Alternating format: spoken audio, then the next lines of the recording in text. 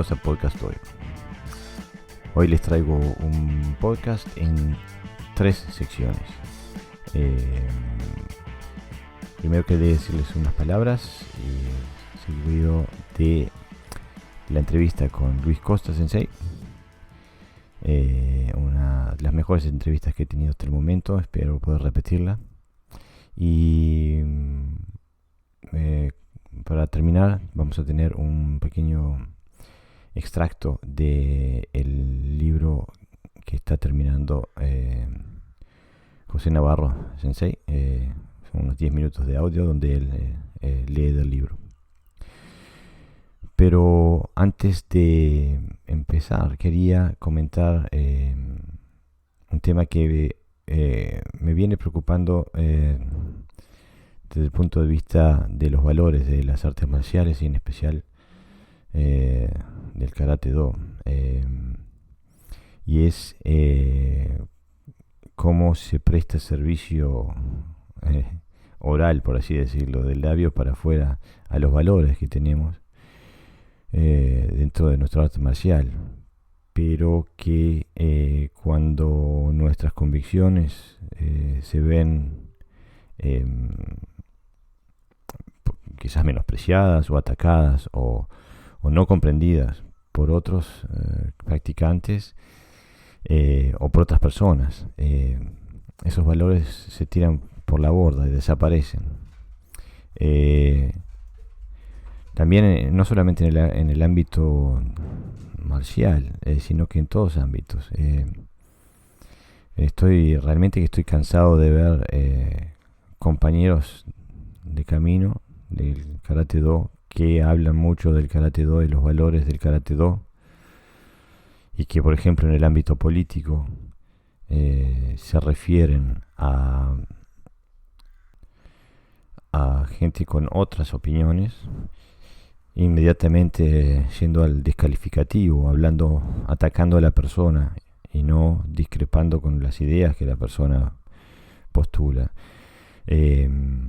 Lo mismo también veo en las redes sociales respecto a los compañeros que publican algo o que toman una iniciativa dentro de las redes sociales, por ejemplo, donde son atacados de una manera innoble, baja, impune, porque detrás del tablero somos todos maestros.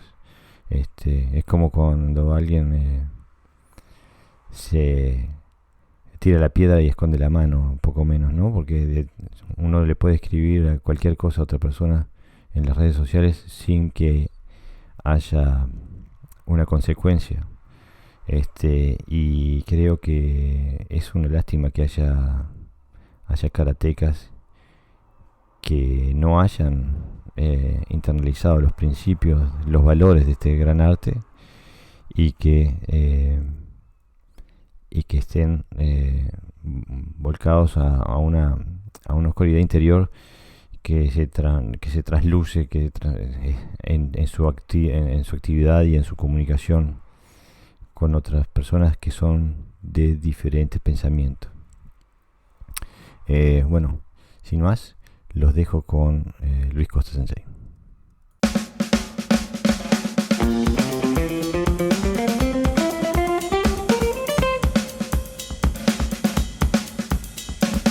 Hola amigos, bienvenidos a Podcast Hoy. Hoy tengo el gran gusto de poder entrevistar a Luis Costa Sensei de la República Oriental de Uruguay, de Kyudokan. Es una entrevista que hace mucho tiempo que tengo ganas de hacer. Es una escuela y un colectivo que tienen mucha historia, mucha tradición, tienen un pedigrí especial, tienen una autenticidad enorme. Es una escuela que siempre me intrigó y por fin pude enganchar a la Sensei a que me dé una entrevista, y bueno, espero poder, como digo yo, abrirle la cabeza, robarle alguna idea. Sensei, bienvenido al podcast. Gracias, Sensei, por la oportunidad de expresarme y de comunicarme con tantos. como fiel seguidor de los podcasts, ahora me toca participar, lo cual me siento muy contento. Yo mismo me voy a escuchar luego, porque la verdad que es una gran compañía poder escuchar karate, gente hablando de karate. Es una gran compañía y, como decía, aporta mucho. La verdad que cada uno de los que he escuchado, todos me han dejado algo, de todos he tomado nota, y como le comentaba anteriormente, del podcast de Neihanshi, justo estaba preparando un seminario sobre Neihanshi y me aportó tanto que incorporé un montón de cosas que de ahí escuché y que las tuve que empezar a investigar y a practicar. Así que los invito a todos los karatecas a que escuchen y a que pongan en práctica lo que escuchan, no solamente escuchar. Muchas gracias, Sensei. La verdad que, como decía, estoy muy contento de poder tenerlo aquí. Y bueno, vamos a empezar por el principio, ¿no? Estamos en el 2020. Sí. ¿Cómo llegamos hasta aquí? ¿Cómo empezó su vida del karate? ¿Cómo enganchó? No tiene nada que ver con nada mi inicio de karate, porque yo vivía en la zona del Cerro, en nuestro querido Montevideo, mi barrio de la infancia y adolescencia, de donde soy, de donde me siento identificado. Y me encontraba yendo a un club donde se llama el Club Puerto del Son, de unos españoles. Recordemos que Montevideo, Uruguay, se formó de inmigrantes, y la zona del Cerro fue como un gran refugio de inmigrantes, sobre todo españoles, italianos, europeos varios, por suerte, y fundaron sus clubes, hicieron sus lugares. Y este Puerto del Son es un lugar de españoles, y ahí se daba clases de karate, que yo no lo sabía. Yo fui por otro motivo totalmente ajeno, y cuando estaba abajo, escucho que del primer piso se sentían gritos y órdenes en un idioma que no entendía. Digo, ¿qué será esto? Entonces, la primera vez no fui, la segunda me atreví a subir la escalera hasta la puerta, y de repente me abren la puerta y me invitan a pasar a mirar. Esa persona fue Valve Sensei, Gerardo Valve Sensei, y a partir de ahí hasta ahora nunca más salí de esa puerta. Qué fantástico.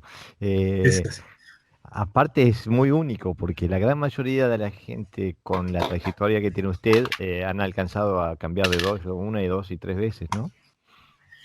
Sí, o de dojo o de escuela, digamos. Yo durante muchos años estuve con el mismo sensei, siempre, hasta hace muy poco.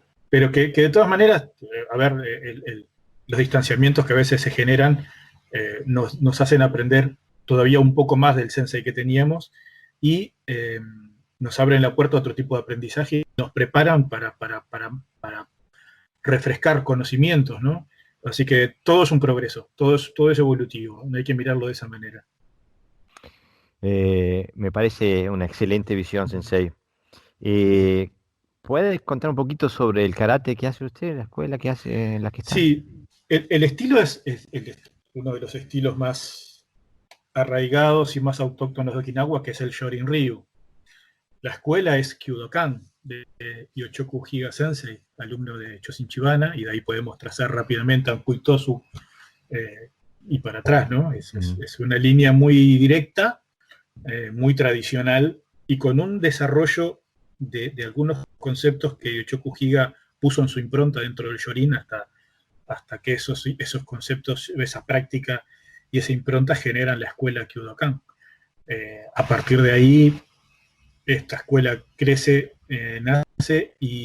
crece y se desarrolla, haciendo una punta en Argentina, por ejemplo, con la avenida de Jintatsu Higa. Esto pre-Segunda Guerra Mundial. Por la Segunda Guerra Mundial se queda, se hace familia, tiene hijos, y ahí empieza la historia del karate okinawense en Argentina, con la Federación Argentina de Karate y Kobudo de Okinawa.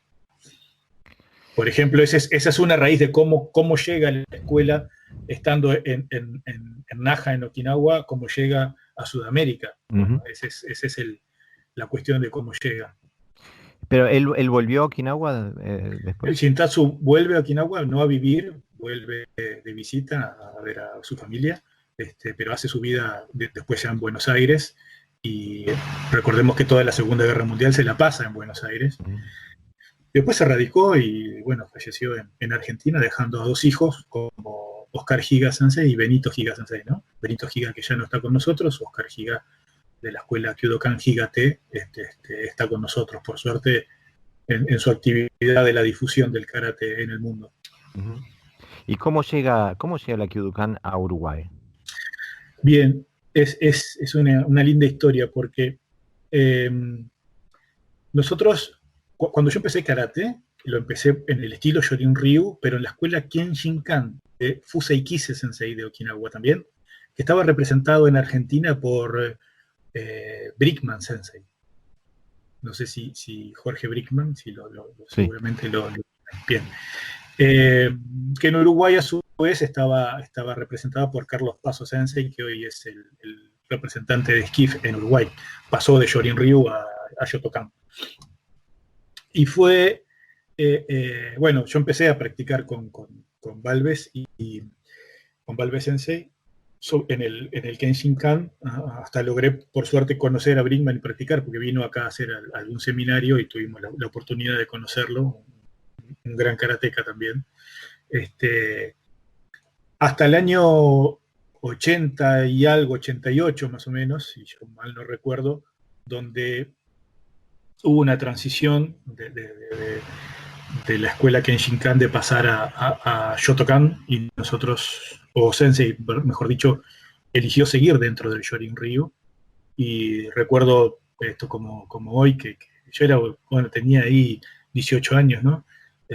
La cual me convoca una mesa a decirme qué vas a hacer, y yo le dije, bueno, no, vos sos mi sensei, así que yo sigo para donde vayas, y de ahí empezó las conversaciones con Oscar Higa Sensei, viajando a Argentina, entrenando, trayendo correcciones hasta actualizaciones, hasta que finalmente lo acepta como alumno y pasamos a su sensei a representar a Kyudokan en Uruguay. Ahí fue la llegada de Kyudokan en Uruguay a través de Gerardo Valves.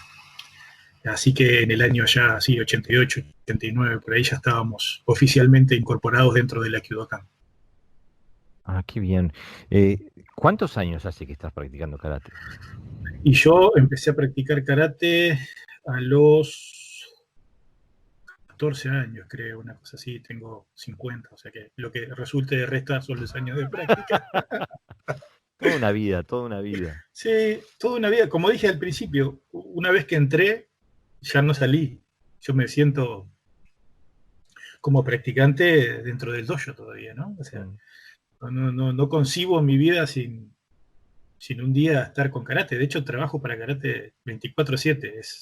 Es algo que elegí y que me gusta hacer. No es que viva del karate, porque no lo hago, no vivo del karate, pero sí trabajo no solo por Kyudokan, sino que con otras escuelas, a través de la Confederación Uruguaya de Karate, ente rector del Karate Nacional, en este caso ejerciendo la vicepresidencia.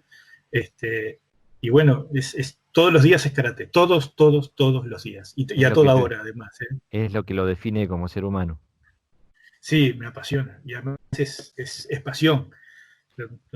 Es más, hace un ratito cuento una infancia, tuve una entrevista laboral y la persona que me entrevistó era practicante de karate y por suerte nos conocíamos. O sea que karate está en todos lados, es fantástico. El mundo es chico, ¿no? Sí, es fantástico. Yo soy también uruguayo, como los oyentes ya Sí, lo saben, pero nunca practiqué en Uruguay porque me fui muy chico. Me fui con 7 años a Buenos Aires y después con 12 terminamos en Escandinavia. Entonces no tengo un contacto con el ambiente del karate uruguayo. Sin embargo, a través de la internet y a la distancia, su figura siempre me resaltó. Hace décadas ya que yo sé de su existencia. No sé si si tiene una carrera deportiva, si tuvo una carrera deportiva, no sé si ganó nada, pero no es por eso por lo que lo conozco. Lo conozco siempre como una autoridad dentro del karate. No, lo de autoridad me queda grande.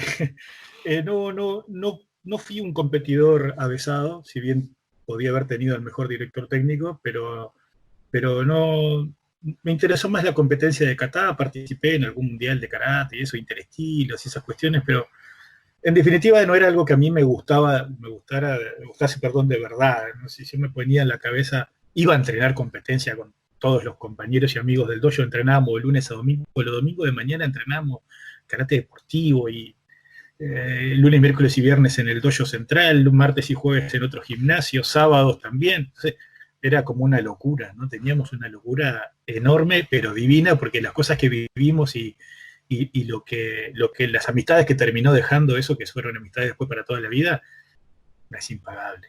Esas cosas son divinas. Pero si bien hoy trabajo por el karate deportivo, no es algo que haya sido como una referencia.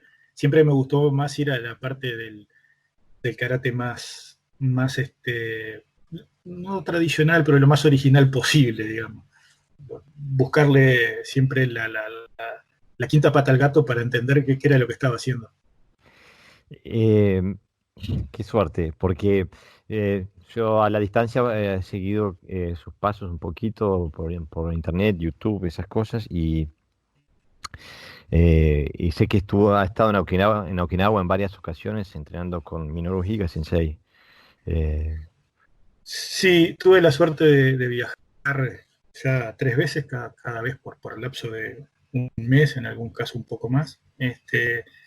Y la verdad que, bueno, Okinawa es como el sueño del pibe, ¿no? Como decimos acá. Tanto escuchar hablar, tanto leer revistas, tanto... capaz que hace unos años atrás no existía la tecnología que existía hoy, por lo tanto las referencias de Okinawa eran a través de la revista Judo Karate Argentina, de la cual era fiel consumidor, y de los viajes de Sensei que también había realizado en su momento, y de siempre estar con la cabeza con un norte fijo. Es decir, una de las buenas cosas es que siempre tuvimos en la cabeza que el norte era Okinawa, que el karate que queremos practicar estaba ahí. Por eso después el devenir del tiempo demuestra que esas decisiones fueron tomadas en función también de esa cabeza de hace años atrás, que nuestro norte era el karate que se practica en Okinawa, y eso era lo que queríamos hacer, en el error o en el acierto. Yo creo que desde mi punto de vista de realización, en el más absoluto de los aciertos, y aún sigo con ese norte y seguiré sin desmerecer los desarrollos de karate que hayan en el resto del mundo. Es una elección personal, es una elección de grupo también, de decir, nuestro norte está acá.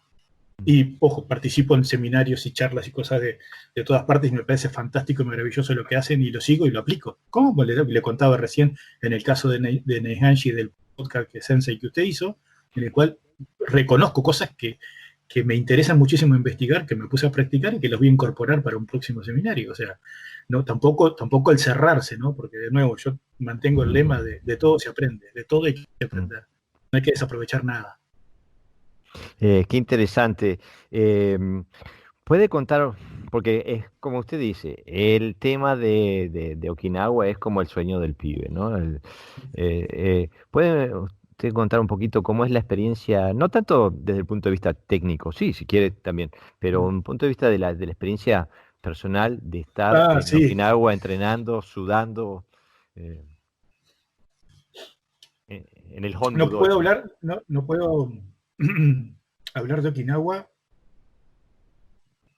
sin emocionarme, ¿no? Es algo que queda muy, muy prendido. Me acuerdo que antes de ir la primera vez, en el 2015 creo que fue, Okinawa ya lo conocía, porque con Google Street la había visto de punta a punta. Había recorrido todo rincón posible, habido y por haber, y me había detenido y me había hecho apuntes y guardado cosas y detalles del hotel donde ya sabía, cuando los meses antes de ir, ya sabíamos el hotel y todo, ya estaba mirando las calles, cómo llegar al dojo caminando.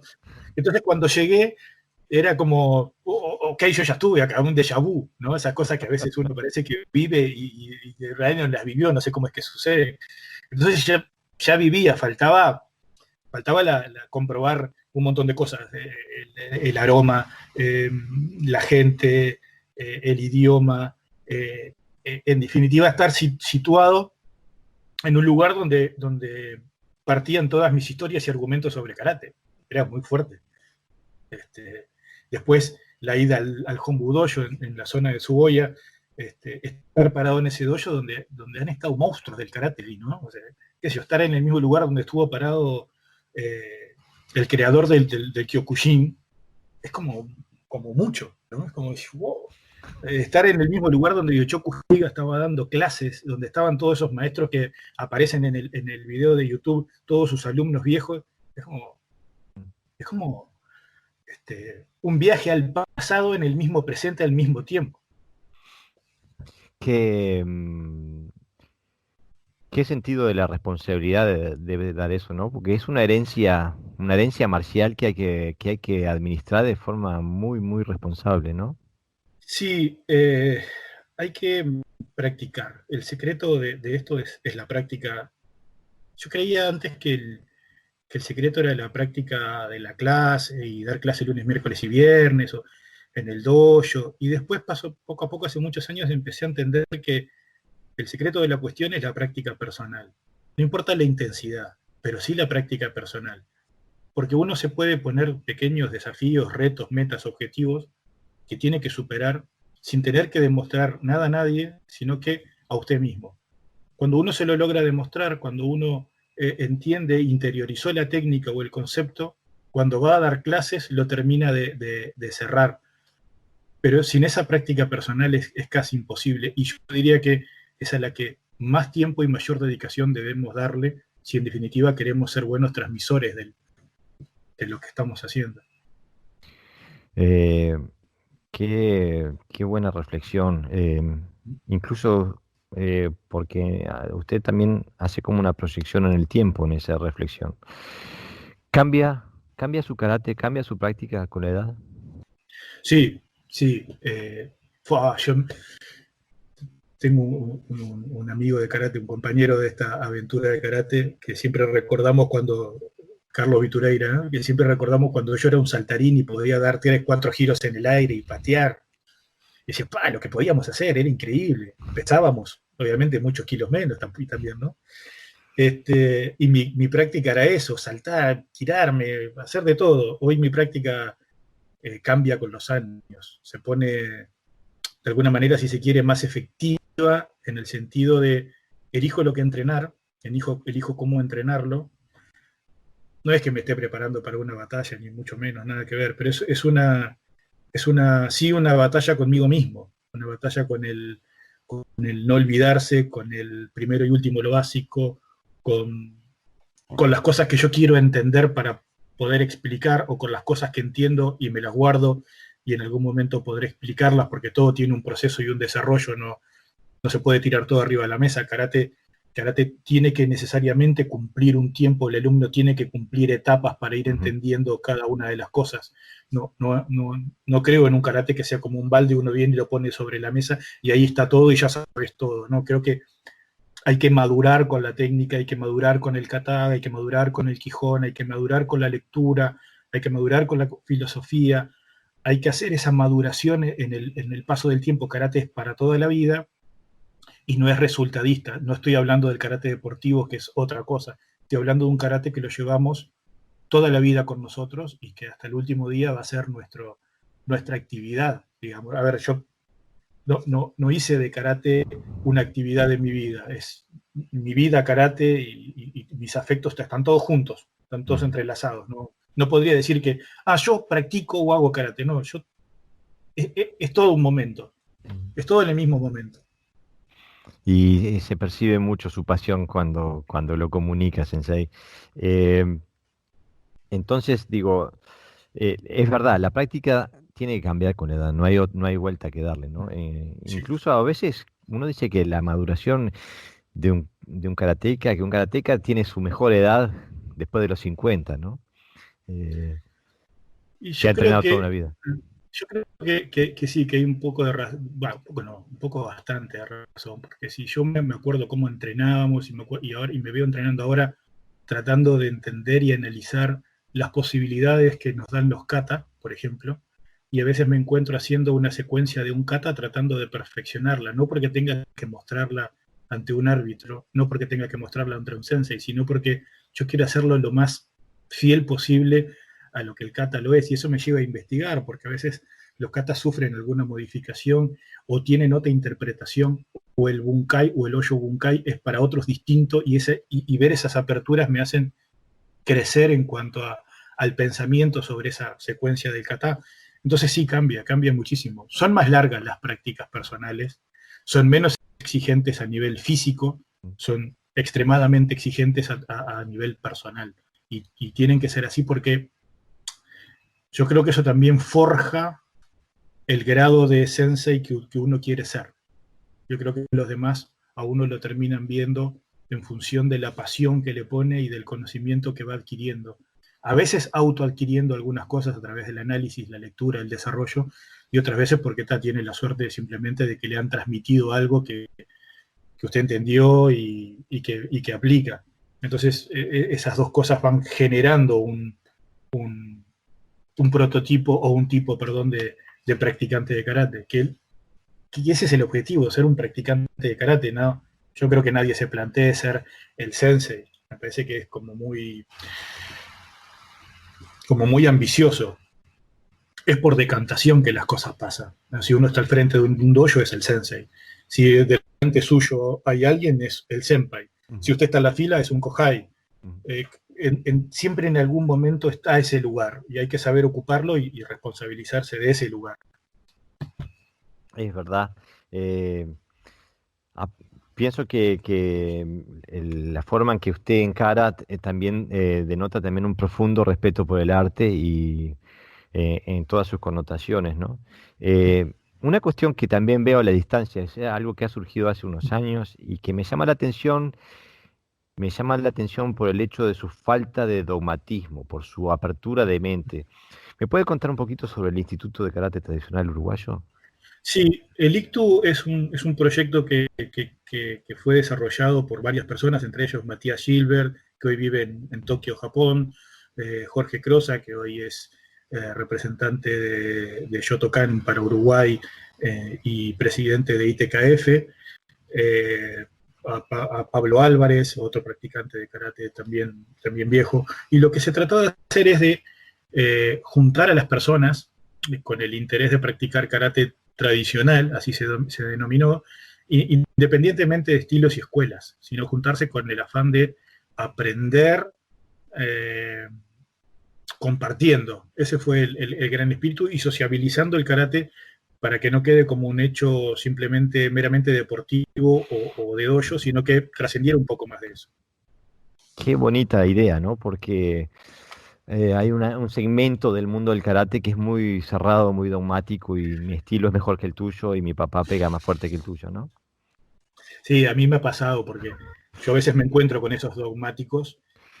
Me ha pasado dentro del propio ICTU y dentro del propio ITKF, ¿no? Que yo era el jefe de árbitros de ITKF, ahora es otro compañero, y a veces me ha tocado en algún torneo estar con esos monstruos y siguen cerrados a una idea y no se fijan en lo que Nishiyama escribió y dijo que quería de ITKF, por ejemplo. Hablo de ITKF por la referencia más cercana, pero creo que si todos nos dedicáramos a compartir un poquito, si todos entendiéramos que tenemos una partecita de la razón nada más y no toda, y si fuéramos lo suficientemente humildes como para preocuparse, trabajar y presentar algo, todos creceríamos.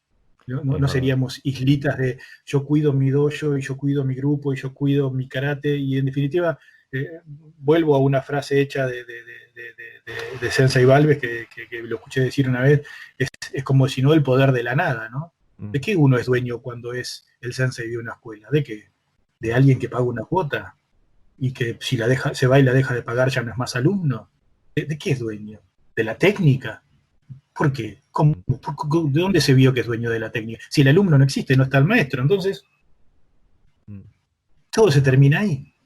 Todo se termina ahí. Entonces, compartamos para que nuestros alumnos vean, vean que somos abiertos, vean que podemos adoptar cosas, de escuchar consejos u opiniones o practicar técnica. Nosotros tenemos, por ejemplo, en nuestra escuela hoy un cuarto dan de Shotokan que también tiene más de 30 años de práctica, Néstor Giles. Competidor y campeón en cuanto a campeonato se presentaba. Y hoy practica Shorin Ryu Kyudokan. Y lo hacemos dar clase de Shotokan para nosotros practicar también. Qué bien, qué apertura. Él viene a nosotros y nosotros, por suerte, se gana su lugar porque ya es un amigo de la vida, pero él da clases del Shotokan que sabe, puro y duro, y practicamos. Eso es genial. Eso Qué para mí bien. me parece. Mi experiencia personal que me abrió la cabeza fue cuando reconocí en otra persona conceptos que yo eh, creía puramente y exclusivos, definitorios de lo que era el estilo Wado Ryu, de donde yo provengo. Ujú. Verlo en gente, decir, nunca vi mejor Wado Ryu que ese, y después de enterarme que el señor no practicaba Wado Ryu, sino que entrenaba Goju Ryu. Este, entonces ahí me avivé de que los estilos son quizás metodologías y tradiciones, pero que muchas veces se llega a fines comunes, ¿no? Sensei, usted habla del karate tradicional y del karate deportivo. ¿Qué es el karate tradicional? Bueno, yo tengo un propio problema con la palabra tradicional, porque bajo el paraguas tradicional se han incorporado cosas que nada tienen que ver con lo tradicional. Hay un estudio por ahí de un español que lo estaba buscando justamente, lo debo tener en algún lado, tengo un archivo de karate enorme, eh, que habla sobre el famoso karate tradicional y cómo este se presenta a través de un reglamento de competencia. Y le da un origen a través de Nakayama que es impresionante.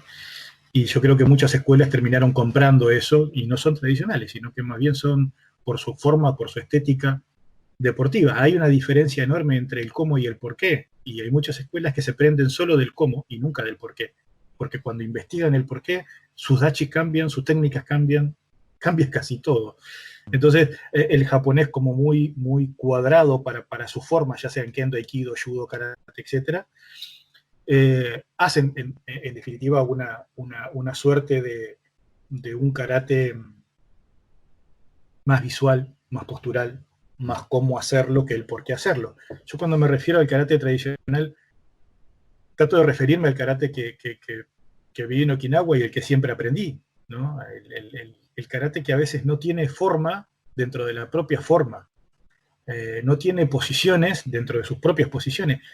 Es, capaz que me estoy expresando mal, pero quiero decir, cuando hacemos el Quijón de Chibana Sensei, estamos armando posiciones y estructuras, pero que rápidamente puede uno independizarse de eso y pasar a otra postura de manera natural. Y creo que el karate es eso, que el karate tiene que ser a nuestro cuerpo, no nosotros irnos hacia lo que el karate nos marca, el karate como alguien que nos marque, sino que acomodarlo a lo que nuestro físico puede ser, porque si decimos anteriormente que nuestra práctica cambia con los años, el cuerpo también cambia con los años y no es el mismo. Entonces tenemos que traer ese karate a nuestra edad, a nuestro cuerpo y a nuestras posibilidades.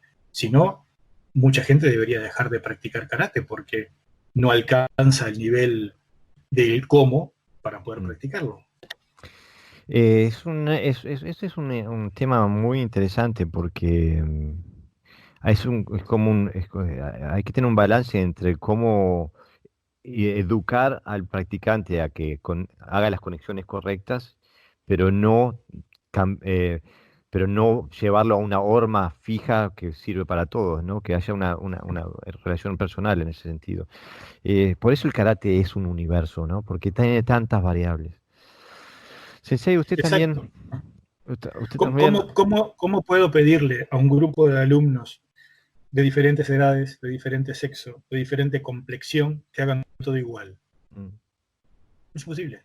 Cada exactamente. uno hace su Senkutsu Dachi y cada uno va a hacer su Tsuki, pero lo que el karate tiene que lograr es que en ese momento de lo mejor de sí, físicamente, anímicamente, mentalmente, eso es lo que, y efectivamente, que lo que termine haciendo, sea un Tsuki o no, o sea cualquier técnica, no importa, sea realmente efectiva y se condiga con algunos criterios de alineación técnica y de concepto como los tiene el Kyudokan, ¿no? Como circularidad, codos pegados, cadera, respiración, vista, etc.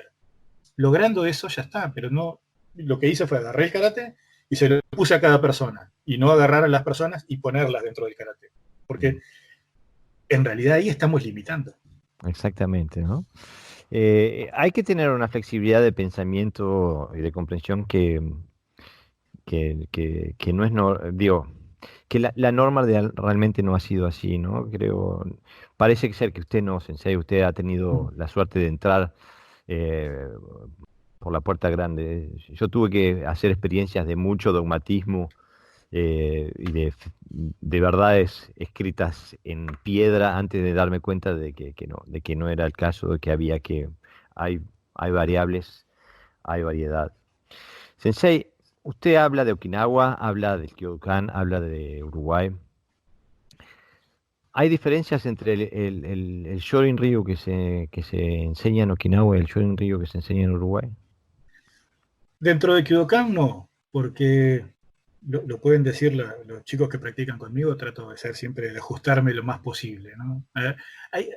Hay salvedades, por ejemplo, en el Hombudoyo, ya sea en Suboya o en Izumisaki, que es la casa de Sensei Minoru, de Minoru Sensei, perdón, eh, empiezan la clase y se hacen 1500, 2000 tsukis o 1000 tsukis, ¿no? Es muy duro estar con 30 a 35 grados y 100% humedad haciendo tsukis fuertes, ¿no? Tampoco, y esa es como la tradición. Y si usted hace eso en un dojo acá en Sudamérica, no le queda mucha gente entrenando. Esta es la realidad. Porque los primeros 40 minutos de la clase se van ahí, la clase dura una hora, y al otro día la gente no puede mover muy bien los brazos o no coordina directamente hasta que se acostumbren. Entonces, no, a veces sí se nos da la locura, porque considero que somos un poco locos, y a veces lo hacemos, pero hacerlo en Okinawa es lunes, miércoles, viernes y sábado. O sea, no hay forma de zafar. Y uno va y está muerto y tiene el jet lag encima y sabe que va a la clase y que va al absoluto muere. Al absoluto muere y ahí. Pero bueno, a ver, es una motivación distinta a estar en la fila con otros senseis que son monstruos y que uno admira y que por suerte ha logrado conocer. Eso uno lo motiva. La motivación a veces juega en contra porque se excede y cuando vuelve al hotel no puede mover ni un dedo. Por suerte está la bebida Orión que nos levanta el espíritu por un rato y nos hace dormir cómodamente. Tradición de los karatecas, pero yo trato de ser fiel a lo que vi, a lo que practico y dar las mismas clases. Sí que todos tenemos nuestra impronta en el momento de dar una clase y pone lo que uno es. Eso es cierto. Pero cuando quito esa parte, trato de que la clase sea una clase como si estuvieran en el Hombudoyo. El que vaya se va a encontrar haciendo lo mismo, el mismo Quijón, de hecho sin chivana, que lo seguimos practicando en el dojo. Y que tampoco uno puede enseñarle lo mismo a un grupo de jóvenes o a un grupo de niños. Uno de los instructores del grupo, Cristian Mazzoni Sensei, es el instructor de niños, enseña a todos, pero también enseña a niños y yo lo veo dar clases y aprendo. Digo, wow, esto a mí no se me hubiera ocurrido. Se le ocurrió un juego, se le ocurrió una dinámica, se le ocurrió... Y bueno, esas cosas complementan la clase para después ir a la parte dura y pura. Pero uno va aprendiendo inclusive hasta de sus propios compañeros de actividad, o de Sebastián Vázquez, por ejemplo, que es un ex competidor, ahora ya no compite, pero prepara a la gente para la competencia. Y sí, algunos chicos quieren competir y por suerte tenemos figuras que hacen eso y no por eso no somos tradicionales o seguimos los lineamientos del dojo. No, se sigue. Lo fundamental y lo básico es practicar el karate tal cual uno ha podido verlo y ha podido practicarlo. Eh, qué lindo que toma el tema, porque uno de mis caballitos de batalla, y miren que yo soy el primero en ponerme en la fila de los que votan por el karate funcional y aplicado como arte marcial y defensa personal, pero para mí uno de los valores más grandes del karate es como como formadora de carácter, como formador de seres humanos. Y en ese caso, dentro de ese ámbito, el karate infantil. ¿Cómo ve usted el rol del papel que puede jugar el karate infantil? Fundamental y básico. Porque, ojo, y no solo en karate, sino que la mayoría de las artes marciales bien llevadas. Mm. Y eso lo pongo porque conozco bastante de todo, conozco la idiosincrasia de los profesores y conozco a algún profesor también, no solamente en Uruguay. Hay que llevarlo muy bien, hay que ser muy delicado, hay que ser muy cuidadoso, porque cuando uno tiene un niño en el dojo, con sus acciones y con lo que dice, como la figura de Sensei en ese momento, usted está colaborando con la formación del niño. Por lo tanto, está grabando información en esa persona, información que no sabe cómo va a ser ese desarrollo y ese andar en la vida con esa información. Yo tengo grabada información de mis tiempos iniciales todavía y aún la recuerdo. Entonces es de una gran responsabilidad. Pero sobre todo hay que hacer hincapié en quebrar un poco este mundo que estamos viviendo altamente tecnificado, solitario y egoísta. Tecnificado porque nuestros niños, si los dejamos, te pasan todo el día frente a una pantalla. Solitario porque la pantalla genera esa soledad y ese mundo virtual en el cual uno está lleno de cosas, pero en realidad no tiene nada, como por ejemplo los 5.000 amigos de Facebook, pero ¿cuántos de esos son amigos, no? Y lo de ego porque uno cree que con esto de publicar cosas y tener me gusta, cree que uno es el super crack y en realidad no es nada. El día que la plataforma desaparezca, se terminó toda la fama en un minuto. Entonces creo que hay que colaborar con la formación, enseñarles sobre todo humildad, sobre todo respeto, es la parte fundamental, hacerlos saludar, hacerlos ordenar su calzado, su bolso antes de entrar, hacer que saluden a sus compañeros, estar siempre atento a lo que están viviendo y a lo que están sintiendo. Cuando uno le da clase a niños, como a mí me está tocando, hay problemas que se trasladan del hogar al dojo, o de la escuela al dojo, o del colegio al dojo, y hay niños que están sobreexigidos, y hay niños que están con problemas de afecto, y hay niños que están con algún problemita personal, y cuando uno empieza a escucharlos, empieza a tratar de dialogar y de entenderlos, y ellos logran hacer una confianza, generan una relación, y hay que ser muy cuidadoso con esa relación, porque ellos están depositando confianza y usted le está entregando experiencia, pero esa experiencia tiene que ser positiva y les tiene que servir para algo, entonces hay que ser muy responsable de lo que se le dice, no es lo primero que se le ocurre, uno tiene que pensar en el individuo, individualizarlos cada uno por su lado para poder interactuar mejor con ellos y no como una gran masa y sigo para adelante porque tengo un manual que me dice que tengo que actuar así. No, estas personitas que nos dan esa oportunidad enorme de estar en sus vidas, nos están pidiendo algo. Bueno, tratemos de ser consecuentes con eso, ¿no?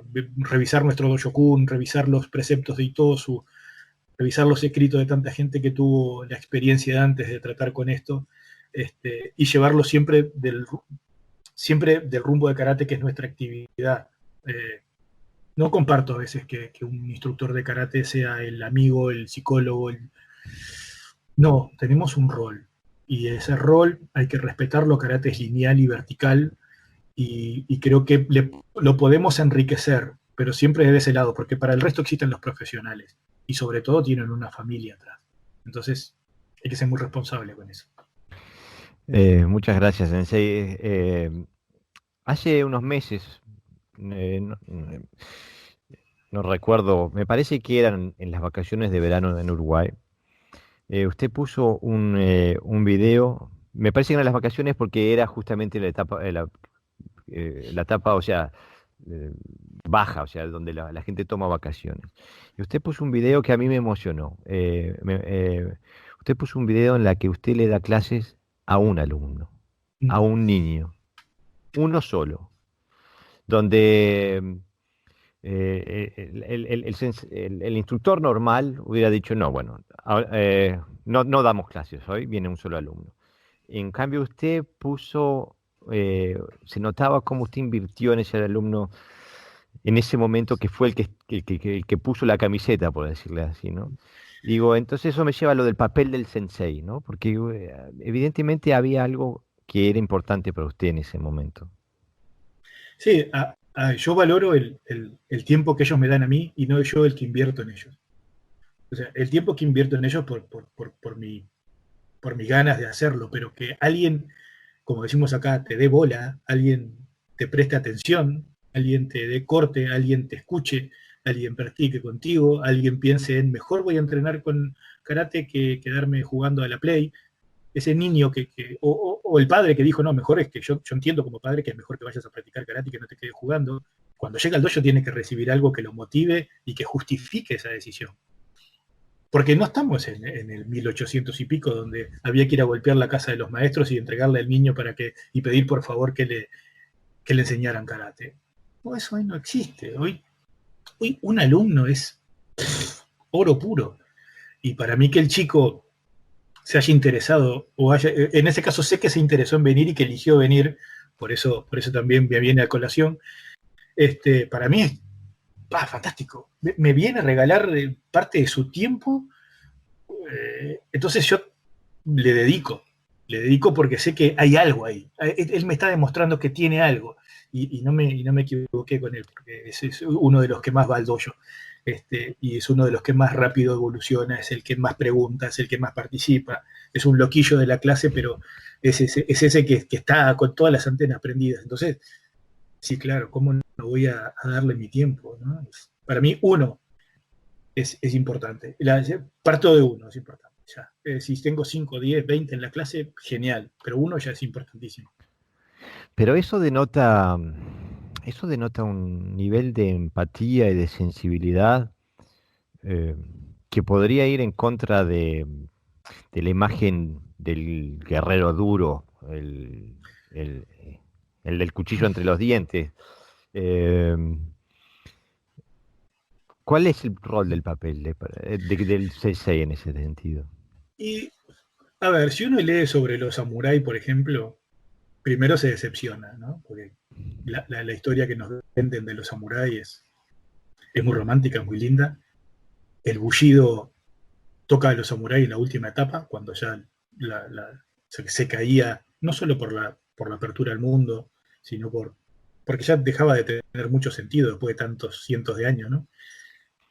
Y ese código Bushido, mal interpretado, además, desde mi punto de vista y de algunos que he leído también, lo ven al samurái como un hombre de honor y como un hombre de guerra. Y la mayoría después fueron monjes, se dedicaron a la poesía y un montón de cosas más. Se mostraba al samurái como que se hacía seppuku o harakiri, y lo que no cuentan era que ni bien se pinchaban con el tantó o la daga que le dieran, miraba al padrino para que le sacara la cabeza y no sufrir. Y hay un montón de cositas que uno no comparte. Yo no comparto la vida de los samuráis tal cual como la quieren contar, no la comparto. Pero voy a esto en el sentido de que dureza, ¿para qué?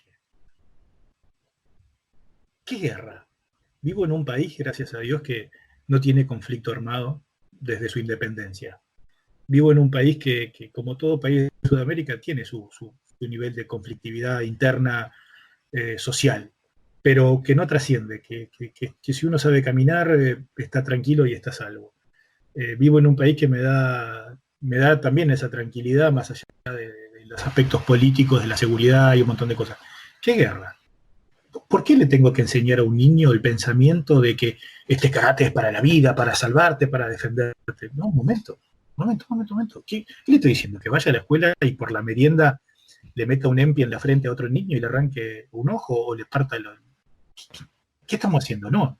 O a un juvenil decirle, no, mirá, te enseño a quebrar un brazo, pero esto cuando vos te vayas al baile y te toquen, le quebras el brazo. O un mayor, no, mirá, ni bien te pongas a discutirlo, pero karate ni centenashi, no, vas y le pegás. ¿Qué estoy construyendo? ¿Qué estoy aportándole a la sociedad? Nada. Eso se forma solo en la calle, en el individuo, cada uno. Karate es justamente todo lo contrario. Entonces, hay que pararse de la vereda de enfrente y decir, bien, prefiero un jardinero en una guerra y no un guerrero, un guerrero en un jardín y no un jardinero en una guerra. Entonces, seamos hombres de paz primero, sepamos cómo resolver conflictos desde la palabra primero, desde el pensamiento y desde lo último que sea lo físico. Porque de verdad hoy en día plantearse ser un karateca duro y un guerrero, y uno dura poco. Dura poco. Fantástico, Sensei, porque justamente hay algún elemento que puede pensar que para prevalecer, para vencer a un monstruo hay que convertirse en un monstruo. y para mí eso no es karate. Pero usted toca más profundo aquí, porque usted nombra historia, nombra política, nombra... ¿Cuál es el papel del karate, el papel social del karate? Podemos, podemos tener cumplir un rol positivo en la sociedad de hoy como karatecas, más allá de Sí, partidos políticos y todo lo que sea. sí, yo creo que sí. Yo creo que lo que devuelve el karate es un hombre de paz. Vamos a ponerlo así. Que ve colmada su cuota de violencia, la que todo hombre tiene. Simplemente hay que leer sobre la violencia para darse cuenta que es un instinto animal que todos los seres humanos tenemos, seamos hombres o seamos mujeres, que en algunos se puede llegar a desarrollar más y puede ser incontrolable y en otros no tanto.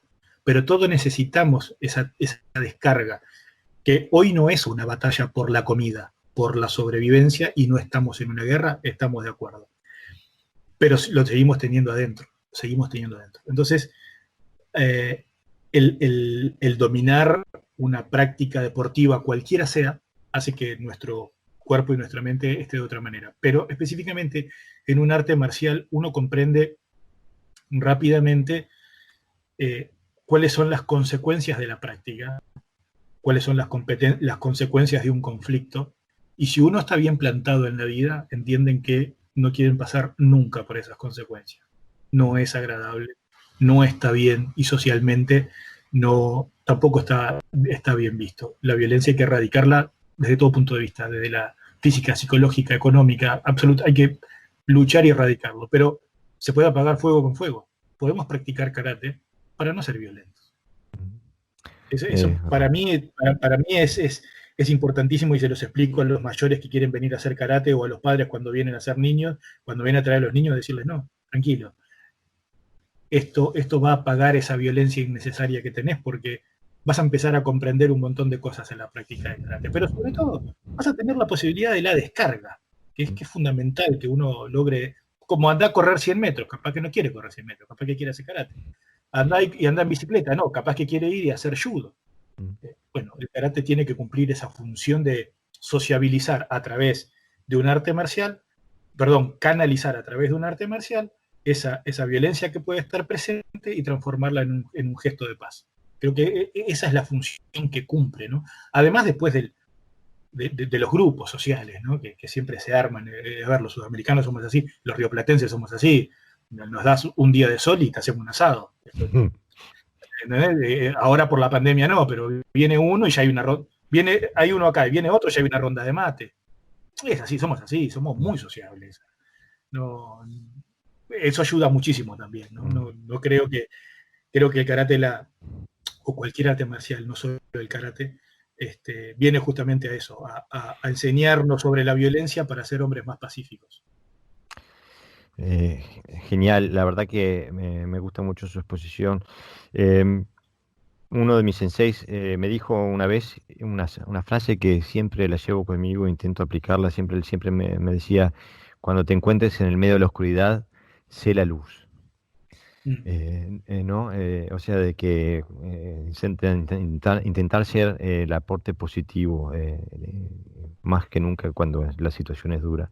Eh, Ahora tuvimos el corona. Yo sé que en Uruguay, por suerte, la sacó más liviana o la viene sacando más liviana que el resto de la región. ¿Cómo afectó esto al dojo? Pues duramente, muy duro, pero fue la forma en que se pudo controlar también. Porque cuando el 13 de marzo el presidente tuvo que declarar este estado de pandemia y el estado de emergencia sanitaria, se empezaron a autocortar y después a cortar un sinfín de actividades. Las deportivas, de plano, todas. Recién ahora se está volviendo, ahora están practicando los atletas con miras a los Juegos Olímpicos, ya están habilitados para que ellos sí empiecen a practicar con contacto. El resto de los dojos todavía no, el karate de clase todavía no. Afectó mucho porque, a ver, la costumbre de ir al dojo es irreemplazable. Es irreemplazable. También lo afecta desde el aspecto económico, porque a veces los dojos se sustentan del aporte de la cuota de sus alumnos y a veces es duro cuando el dojo no es propio y hay que pagar alquiler y bueno, hay que hacer maravillas para mantenerlo. La herramienta Zoom nos dio una gran posibilidad de hacer clases virtuales y clases online, pero cumple un rol social, no cumple un rol técnico. Entonces han sido marzo, abril, mayo, junio, julio, han sido 4 meses de una...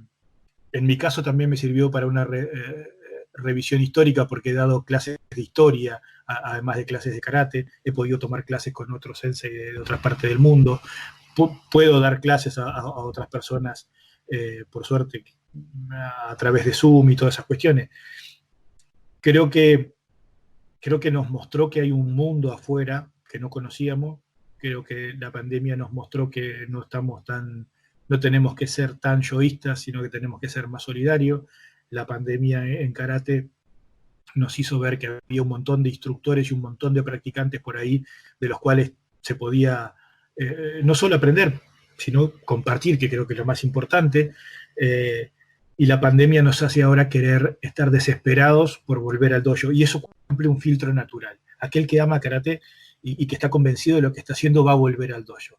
Aquel que tenía alguna duda, estos 4 meses por ahí hacen que actúe de cernidor y ya no vuelvan. Sé que a los que hacemos karate de dojo puro y duro, nos ha dado una gran responsabilidad de mantener el grupo, pero que cuando iniciemos, ese grupo va a estar más sólido y más fortificado. Creo no, trabajamos para que la experiencia de la pandemia sea positiva. Los instructores debieron o deben, por lo que quede de la pandemia, seguir trabajando para que esa experiencia sea positiva y sobre todo colaborar, escuchar, conversar, intercambiar con sus alumnos, porque vivimos realidades distintas de esta pandemia. No a todos les ha pegado igual la pandemia, pero como profes de karate tenemos que estar atentos a nuestros alumnos y tratar de hablar, tratar de interiorizarse, de ver qué anda. Y uno se da cuenta, porque cuando abre el Zoom y se conectan 6, 7, enseguida hay una revolución de hola, ¿cómo andás? ¿Cómo estás? ¿Cómo esto? ¿Cómo lo otro? Etcétera. Y eso es lo bueno y positivo, ¿no? En preparación para esta entrevista me metí en el canal de YouTube de Kyudokan y vi que habían varias sesiones de Zoom. Y lo que me llamó la atención es que, si mal no recuerdo, no lo vi a usted dar ninguna clase. No, ahí hay clases sí, hay un par mías, en su vida, pero también hay de algunos, de Cristian sobre todo, o de Néstor dando clases. Pero sí, tengo alguna dada ahí. A lo que me refería era que para mí eso señalaba que usted no acapara la atención, No, para sino nada, que da no, no, lugar. no. No. Es más, la mayoría de los chicos que se colgaron las clases de Zoom pertenecen a un dojo que se llama Verde y Rojo. Nosotros tenemos 2, el otro se llama Enfoque, que es un club deportivo. Como la mayoría también se acercan por ese dojo, por ejemplo, ese dojo tiene instructores. Tiene 2 instructores, Cristian Mazón y Carlos Vitureira, y tiene 2 colaboradores como Néstor Gilis y Sebastián Vázquez. Entonces se les da la oportunidad. Además, por Zoom hemos hecho clases de Shotokan. Así que no se trata de, si bien karate es vertical, como lo dije, y una pirámide, uno hace la punta de la pirámide. Si es para uno o es para un grupo. Y en este caso es para un grupo. Me fascina, me admiro esa inclinación, esa posición. Hablando más del Zoom, usted dice Zoom cumple más que nada un rol social y no técnico. ¿Puede elaborar un poquito? Sí, yo creo que la explicación técnica del por qué uno en el dojo la hace interactiva, es decir, puede tocar, puede acomodar, puede ejecutar, puede golpear, puede desviar, puede bloquear, puede luxar, puede hacer un montón de cosas que Zoom solo te permite la parte visual, ¿no? De decir, no, el sotouke va un poco más abajo, no despegues el codo, no levantes el hombro. Esas cosas uno la puede ver por Zoom, pero no tiene al alumno en carne propia. Y digo social porque es mantenimiento, básicamente, lo que uno está haciendo de su alumnado o de su grupo de karate. Básicamente se trata de mantener el interés por la práctica, más allá de que estén en su casa. Y hay que preocuparse porque no solo sea práctica, porque eso también a lo largo del tiempo, en 4 meses puede llegar a aburrir. Por eso se me echa alguna charla de historia o alguna cosa así. Ahora dimos, por ejemplo, la vida de Itosu, antes habíamos dado la vida de Matsumura, ahora estamos con la vida de Yoshiko Kujiga, por ejemplo. Entonces, despertar Zoom ha posibilitado, si uno lo trabaja bien, despertar el interés por la historia, por el estudio, por la lectura de karate. Por eso cumple un rol social. Porque la parte técnica es difícil la transmisión vía, más allá de algún concepto, la transmisión vía Zoom. Pero yo, por ejemplo, Sensei, lo miraba usted en la clase pasada cuando estaba haciendo la explicación del Hoshu Bunkai de Neihanji, que le tomó el codo y lo torció hacia adentro para desequilibrar. Si esas cosas uno las ve y las incorpora. Pero el saber cómo tomar y el saber hasta dónde llevar el codo y cómo poner el hombro y la potencia, que es la parte rica de la técnica, esas sí, no hay forma de que por Zoom puedan lograrse. No, eso hay que hacer la experiencia, sentirse como ocupado. Sí. Es totalmente experiencial. No quiero dejar Zoom todavía porque vi que va a ser un seminario con un sensei de Perú. ¿Cuál es esa idea? Hay un grupo que se llama Latinoamérica Karate en Casa, que es muy grande, y por suerte es la segunda vez que me participan para mostrar un poco de Shorin, porque básicamente es todo Shotokan, esa es la realidad, es el estilo predominante, es la escuela, perdón, predominante siempre. Acá lo de Shotokan me pueden llegar a matar si me escuchan decir estilo de escuela. Shotokan es una escuela, históricamente es una escuela, no es un estilo. Pero esa sería otra discusión histórica. Y bueno, ellos, sobre todo en Argentina, Walter Retain ha sido, y acá los de Shotokan amigos le han dado, les ha despertado el interés de conocer algo del estilo, algo de la escuela sobre todo, y hay conceptos como el Marumi y el Muchimi que los sintieron nombrar, pero nunca le entraron a fondo, y eso por ahí forma diariamente parte de nuestra práctica, y bueno, se les transmite como miren, nosotros hacemos esto, si les gusta podemos profundizar, y por suerte se dio esta segunda etapa para profundizar en cómo a través de la circularidad, que no es golpear en círculo, el concepto es distinto, podemos lograr un muchime en el momento del impacto para multiplicar nuestra energía transmitida, nuestra potencia, no nuestra fuerza. Son cosas muy distintas. Exactamente. Qué bien dicho, Sensei, porque es una... en el karate normativo, no sé cómo decirle, en el karate físico, muchas veces se ve que hay un hincapié enorme en la fuerza, en la contracción muscular, ¿no? Y cuando yo lo veo a usted y a otra gente de Kyudokan, hace poquito estaba hablando con un joven sensei de Chile, del Kyudokan también, Javier Meneses, sí. Y lo había visto a él también en YouTube, donde se ve que el movimiento, los principios que rigen el movimiento y la generación de energía son otros. ¿Podría hablar un poquito sobre esos principios que se utilizan? Sí, hay dos cosas. Si uno observa una gráfica de fuerza, la fuerza tiene un principio, tiene un desarrollo, tiene una explosión, pero la baja es tan precipitada como el mismo inicio. Es decir, la fuerza es un punto, ¿no? Eso es una pirámide. Porque no podemos conservar la fuerza constantemente. Sin embargo, la energía no. La energía oscila entre la máxima tensión y la relajación, máxima tensión y relajación, máxima tensión y relajación. En el largo y en el devenir, esa tensión empieza a mermar, obviamente, por el azúcar en nuestra sangre y por un par de conceptos más. Pero que sí que se prolonga mucho más en el tiempo. Entonces, si uno domina la energía, uno siempre puede aprovechar mucho más la práctica, ¿sí? Y llegado el momento de un intercambio, de un kumi, uno puede trabajar mucho más tiempo y no cansarse. para no cometer errores y lastimarse. La energía es algo que a ver, existe la explicación técnica para la energía, pero yo lo miro desde otra forma.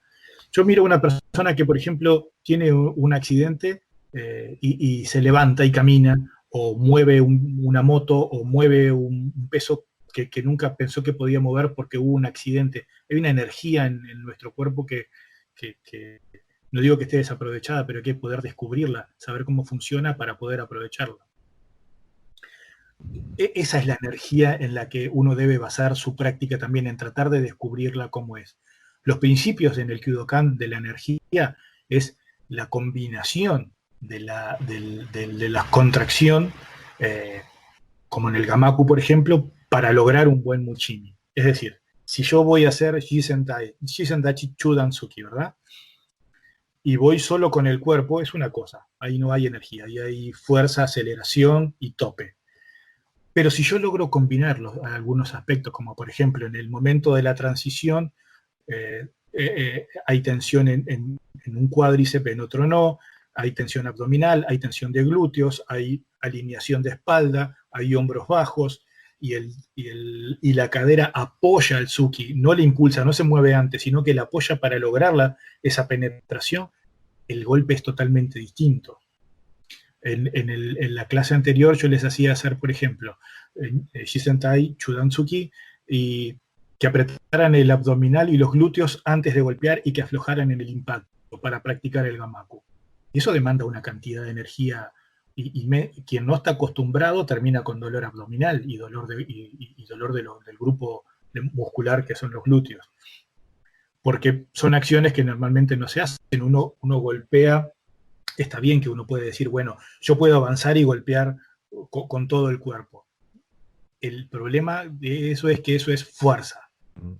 Hagámoslo ahora con energía. Mire a un practicante chino de Tai Chi, cómo logra desde el piso, desde el pie más alejado, lograr la energía en el punto final de la punta de sus dedos. Creo que hay que lograr eso, poder dominar la energía en todo momento y que no sea, la fuerza es reactiva, por decirlo de alguna manera, ¿no? A mí me atacan y yo hago fuerza para defenderme. La energía, sin embargo, es la que nos permite mayor independencia de movimientos, generar independencia en los miembros inferiores y superiores para que hagan lo que necesito que hagan, y no basar mi entrenamiento en que el producido de la acción de mi cuerpo tenga que ser la reacción final. No, la reacción final va a ser la que le quiera dar en el momento que le quiera dar, cuando se lo quiera dar. Eso conlleva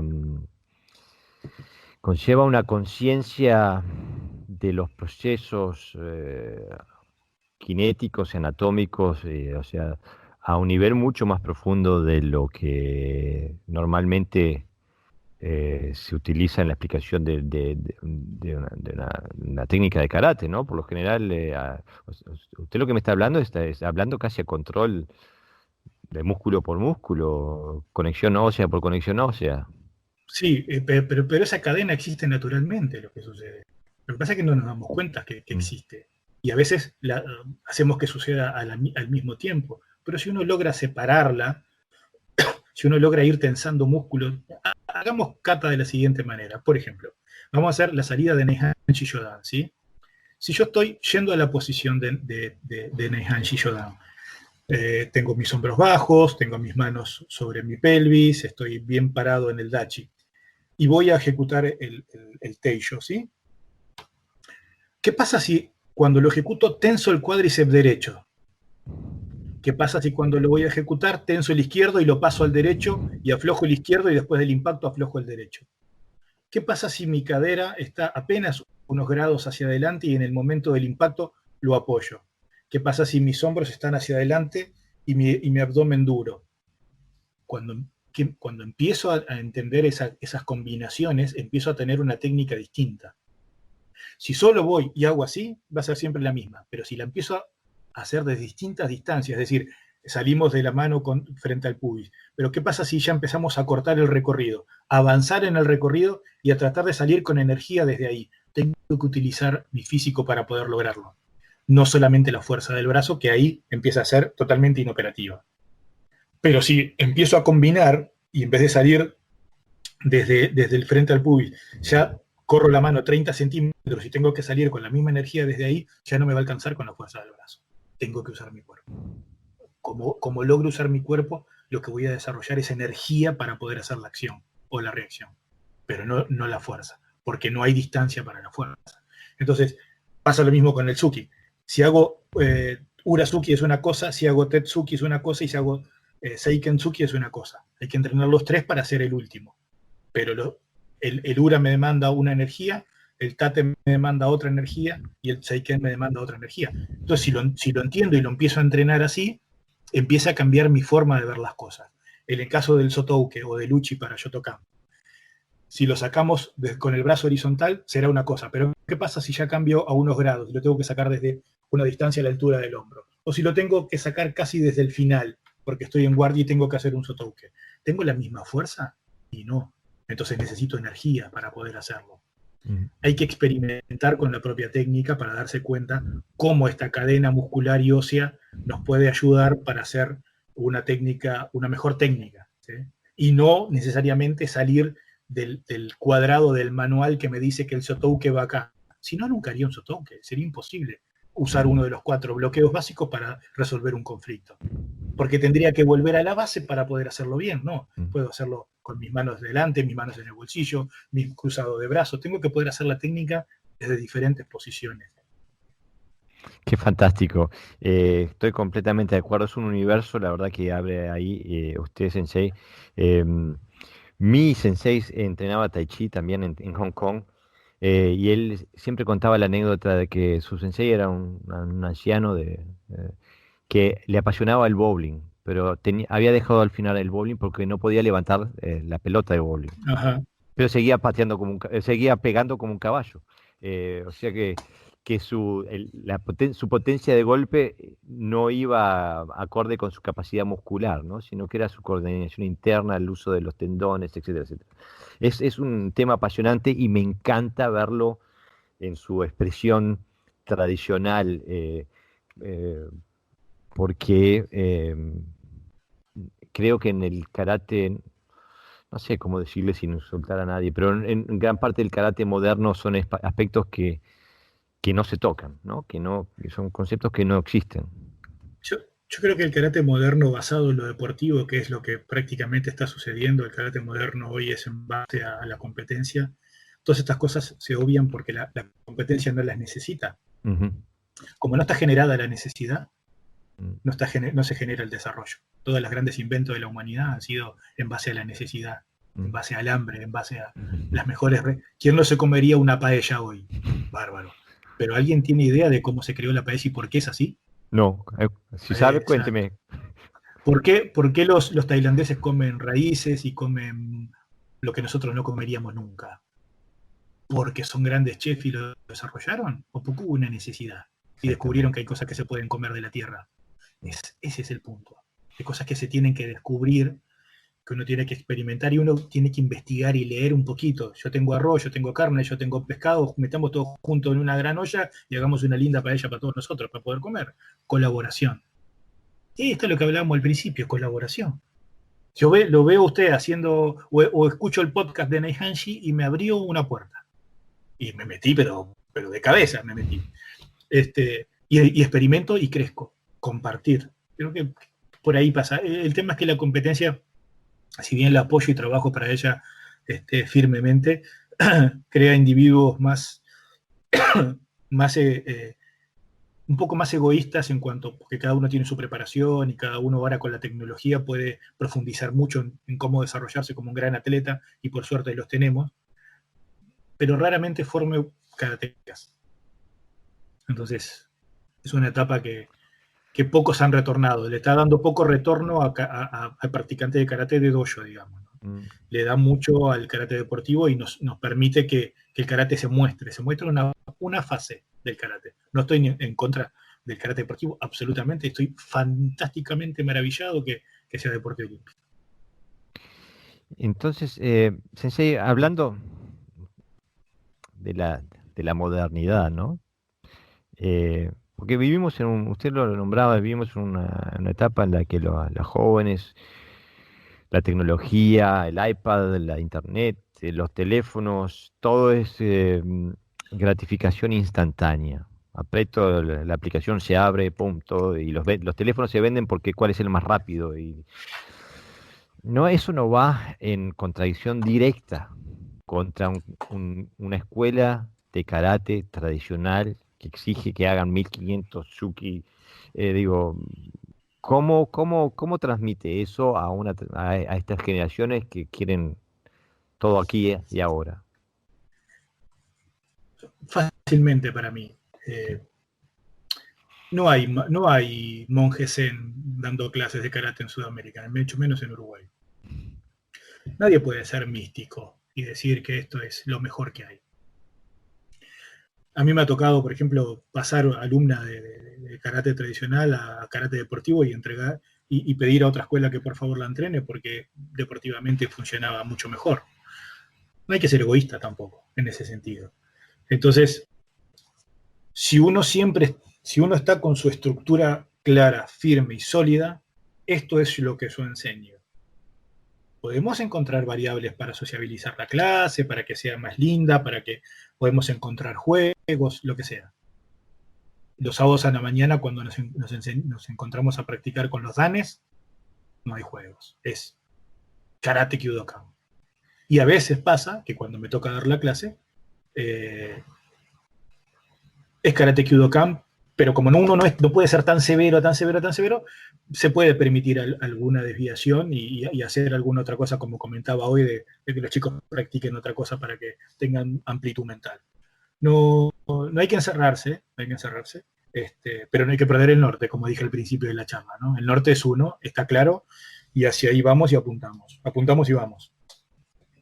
Hay que poder seguir haciendo las cosas, seguir haciendo el Quijón de Chivana, hay que hacerlo. Aunque uno dice, pero esto es simple, es un Chunsuki, sí, pero ese es el libro del karate. Empieza a leer qué hay ahí adentro, empieza a investigar. Pero sí, como tú dices, Sensei, sí, todo está tan digerido y ya no nos sentamos a cocinar el karate, ya viene pronto en un paquete. Es un riesgo que se corre, ¿no? Es un riesgo, pero no podemos ir en contra. ¿Hay algo que podemos ir en contra de la tecnología? No. Nos va a superar ampliamente. ¿Podemos ir en contra del karate deportivo olímpico? Ya está demostrado que no. Nos va a superar ampliamente. Exacto. Ahora la pregunta es, ¿los dojos siguen funcionando? ¿Hay gente interesada en karate? Sí. Póngale el foco ahí. Y no se preocupe por lo que esté pasando en el resto del mundo, ni en su club, ni en su campeonato, ni en su federación. ¿Sabe qué? Viene uno al dojo, dele ejemplo, empiece por ahí, dele la clase a uno. No se vaya, no deje de dar la clase por dar una clase de karate deportivo, de la clase de karate. Es lo fundamental. Sensei, yo no sé si usted se acuerda, yo hace como, no sé, fácil 20 años, 22, 23 años, estuve de visita en Uruguay y caí por su dojo en el Prado en aquellos momentos. Entrené con usted, no sé si se acuerda, éramos un grupito de 4 o 5. Y me acuerdo que y en ese momento yo estaba en un karate mucho más japonés, por así decirlo. Y recuerdo que llegué a casa, estuvimos en Kibadachi una hora, que llegué a casa con derrames sanguíneos en los 2 muslos. Me encantó, incluso fui el otro día, pero ya no estaban, había una clase de Aikido ese día. Sí, ahora sí recuerdo.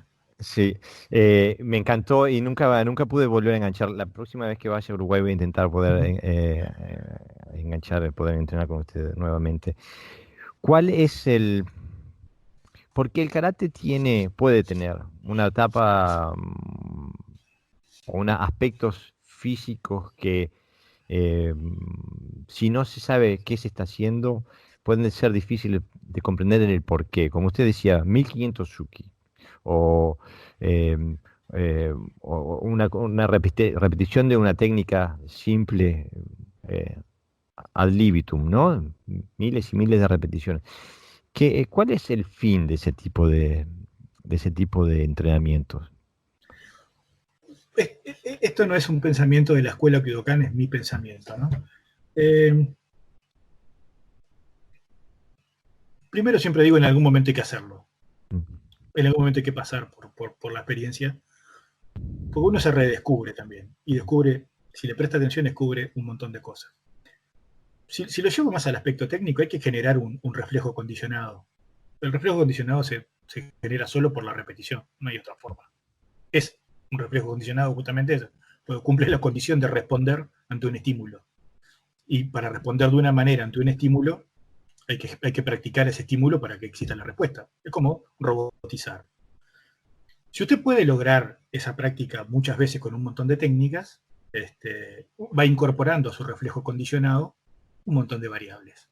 Oscar Higa Sensei decía en su explicación que hay una energía natural y una acción natural que es que, por ejemplo, cuando nos asustan, uno se contrae. ¿Cómo puedo aprovechar esa contracción para transformarla en una defensa o en un ataque? La única manera va a ser practicar esa defensa y ese ataque con esa contracción, para que el reflejo condicionado después nos permita responder de la manera que querramos hacerlo. La repetición de una técnica te lleva a la perfección fina. La escuela de esgrima japonesa, no recuerdo el nombre, en la cual practicaba Matsumura, hacían 8.000 golpes, sí, 3.000 golpes a la mañana y 8.000 a la noche de Suburi, que es con el boken pegarle a un palo, ¿no? La pregunta es simple, si un tipo entrena sistemáticamente una cierta cantidad de repeticiones de una técnica, ¿qué logra al final de esa técnica? Y un dominio y una maestría si le prestó atención. Entonces, ¿podemos dominar todas las técnicas de karate? ¿Todas? No creo. ¿Podemos dominar algunas técnicas de karate como expertos? Es posible. ¿Podemos ser expertos en una técnica de karate? Sí. Bueno, entrenar con esa cabeza para poder tener herramientas en las cuales seamos realmente expertos, porque, como dijimos al principio de la charla, practicar con 50 años, yo no voy a hacer un Uramawashi, no se me ocurre. No voy a hacer un Ujiro Yokotobigeri, no se me ocurre. Pero sí se me ocurre a mí patear sobre la rodilla o hacer un pisotón fuerte o pegar un Urazuki para no extender el brazo o Maeda. Se me ocurren un montón de cosas más que tengo que practicar que antes no las había practicado. Entonces, la única forma es la repetición. La repetición nos lleva a la perfección. La disciplina le gana a la inteligencia, dicen los japoneses. Qué bien dicho, qué bien dicho. Usted también dice una cosa ahí que para mí también es un caballito de batalla. Usted dice, llega a la maestría si le prestó atención. Ah, claro. ¿A qué se refieren? Y si lo repito, lo repito y lo repito y lo repito y no reparé en detalles, no le aportó nada. Nada. Prestar la atención significa que yo voy al dojo a hacer 1000 tsukis, ¿sí? Si empiezo a prestar atención, tengo que ver cómo respiro. Si empiezo a prestar atención, tengo que ver cómo me paro. Si tengo que prestar atención, tengo que ver cuándo mi cadera empieza a hacer el efecto que necesito que haga. Si empiezo a prestar atención, tengo que ver cómo viene mi hikite. Si viene recto o viene generando una circularidad para la salida del próximo tsuki. Si mi cabeza se está moviendo o si mis hombros están tensos. ¿Qué parte de mi cuerpo está tensa en esa práctica? ¿Cómo logro hacer un mejor tsuki? Cuando hago el mejor tsuki que creo, ¿cómo estaba mi cuerpo? ¿Qué músculo presioné? ¿Qué músculo tensé? ¿Qué respiración hice? ¿En qué estaba pensando? ¿En los tsukis que estaba haciendo? ¿En cómo hacerlo mejor? ¿O en cómo estaba el partido o la cerveza que me voy a tomar después? Yo creo que ahí está la cuestión. Es bien de uno mismo. El perfeccionamiento, usted puede tener al mejor profe, al mejor sensei delante suyo. Pero el espejo devuelve una realidad que es usted mismo. Y yo creo que, y estoy seguro en un montón de aspectos por experiencia propia, que el sensei abre la puerta, como le comentaba a usted cuando habló sobre Neihanshi, sensei abre la puerta, usted decide si entra. Yo decidí entrar. pero decidí entrar con todo, a meterle cabeza y no solamente físico.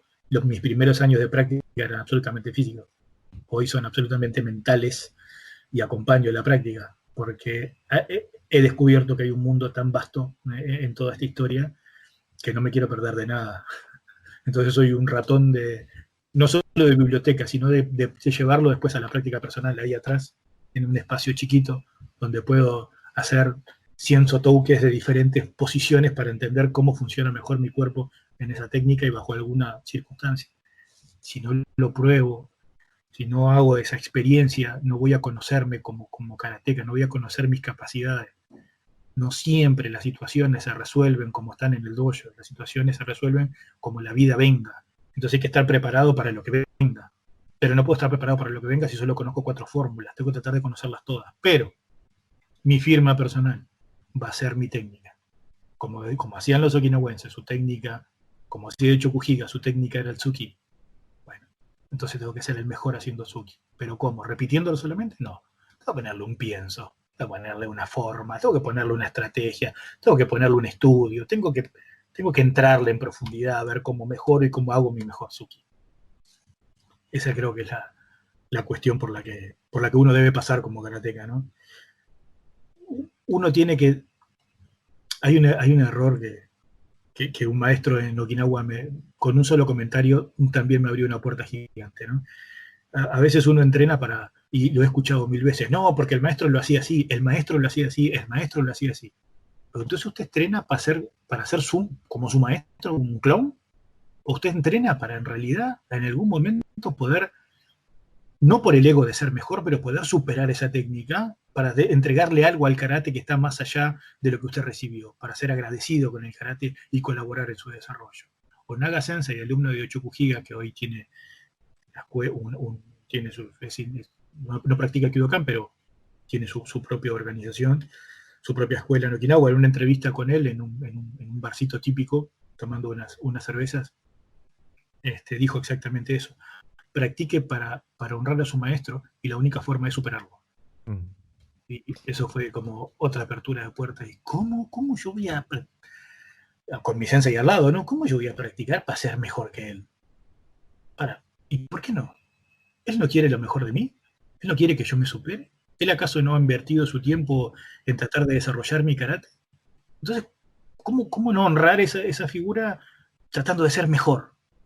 Pero no por ego, sino por devolución de gentilezas también, ¿no? Claro, incluso el no hacerlo también sería casi como un crimen, ¿no? Porque si usted es peor que su maestro y su alumno es peor que usted, estamos asesinando el karate, ¿no? O Es un sea, desprecio, una pérdida de tiempo. exactamente, o sea que Pérdida de es una tiempo, ¿no? responsabilidad, ¿no? Me parece que es genial. Sensei, Es quiero más, hacerle... en las clases a veces yo me encuentro diciendo, a ver, vamos a hacer esto. A mí no me sale. Yo les explico cómo es. Vamos a hacerlo, vamos a repetirlo a ver qué sale. Pues también uno tiene que reconocer que no todo le sale. No todo le sale bien. Y también, lamentablemente, hay muchos senseis que aunque salga mal, la venden como que la técnica está correcta. Y uno está mirando y ve que el talón está levantado del piso en el Senkutsudachi y la pierna de atrás. Y dice, pero si el Senkutsudachi está pensado para ir adelante, ¿cómo no tiene apoyo? Hay algo que está mal acá. Entonces, es como Eso, el karate es como el vino. exacto, Cuando uno más sabe de vino y valora su calidad, es difícil volver atrás. es verdad, es verdad. Yo siempre es lo que me irrita con mis alumnos, le digo, para copiar mis virtudes entrenan 15 años, pero mis errores los agarran inmediatamente. Sí, yo me entré a defender diciendo a mí no me sale, para que entiendan que no es lo que yo hago, tienen que hacerlo mejor. Trato de matarme explicando para que lo hagan mejor, sí, claro.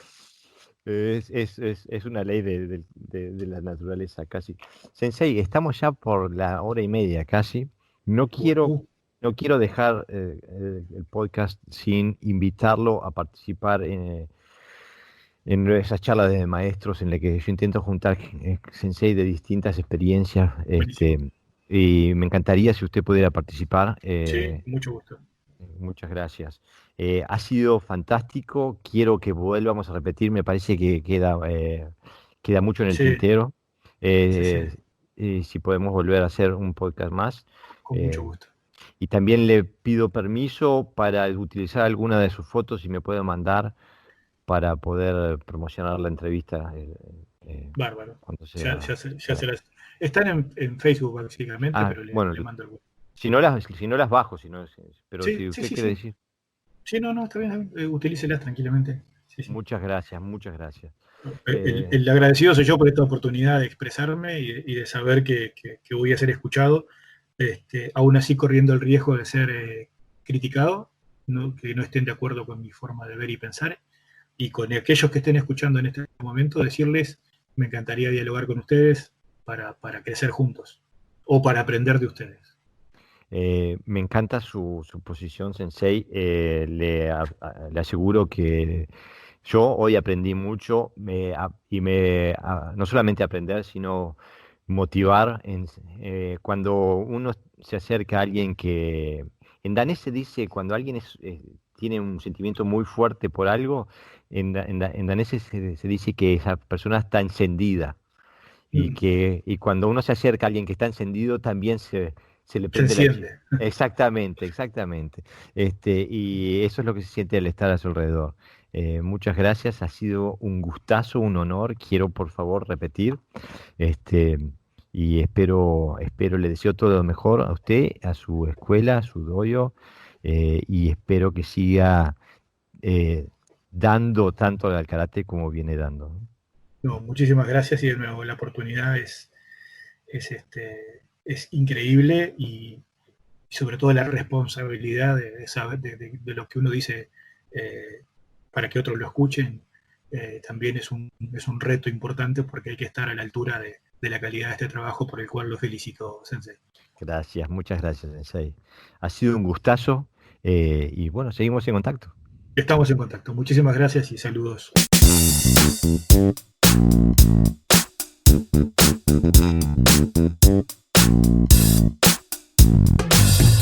Desde hace tiempo estaba pensando en escribir un libro sobre karate, pero no enfocándome en los aspectos técnicos o estrategios o en aquello que es conocido como las katas, sino sobre ciertos elementos que a veces se tiene un poquito menos en cuenta, pero que para la formación de cualquier estudiante, sobre todo los niños, es imprescindible.